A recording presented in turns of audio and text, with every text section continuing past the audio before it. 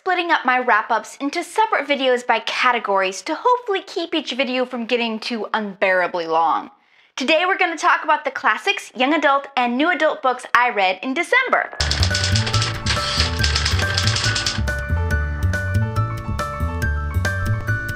Animal Farm by George Orwell. I'm a big 1984 fan. But for some reason, I didn't think I'd like Animal Farm. I was wrong. I liked it. I knew this book was great about the point the pigs all got drunk for the first time and then had hangovers and outlawed alcohol while they felt horrific and then unoutlawed it when they recovered. Good times. Cinder, the first book in the Lunar Chronicles by Marissa Meyer, the most brilliant of young adult sci-fi, dare I say sorta steampunk? This was just the epitome, the perfect example, what every aspiring fantasy writer should be forced to read if they indicate any interest in adapting a fairy tale. I've read quite a few Cinderella adaptations, and this was by far the best. Think Cinderella, but she's a cyborg.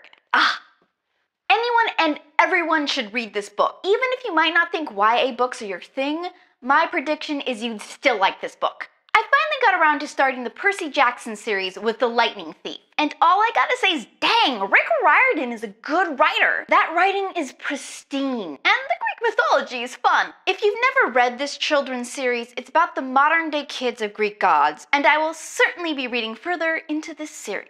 Frostbite, the second book in the Vampire Academy Paranormal YA series by Richelle Mead. I put a hold on this at the library immediately after I read the first book. This book is definitely slower paced than the first, but I still liked it. This book deals with a series of Strigoi attacks that have Saint Vladimir's all in a tizzy. While I did think the ending was a bit neatly easy, overall I thought it was a really good, relaxing romp. I have the third book sitting on my shelf, which I will be picking up shortly. Altered by Jennifer Rush. I'd call it a YA sci-fi/romance novel. It's about a teenage girl who has 4 really hot guys locked up in her basement. And it goes from there. I liked it. I didn't connect with it to the level I think a lot of people did, but I really enjoyed it. And I pre-ordered the next book, Erased. I'm just so proud of myself that I'm all caught up on a series to the point I can read the new book when it's released. Okay, that's pretty easy when only one book had been published, but just give me this.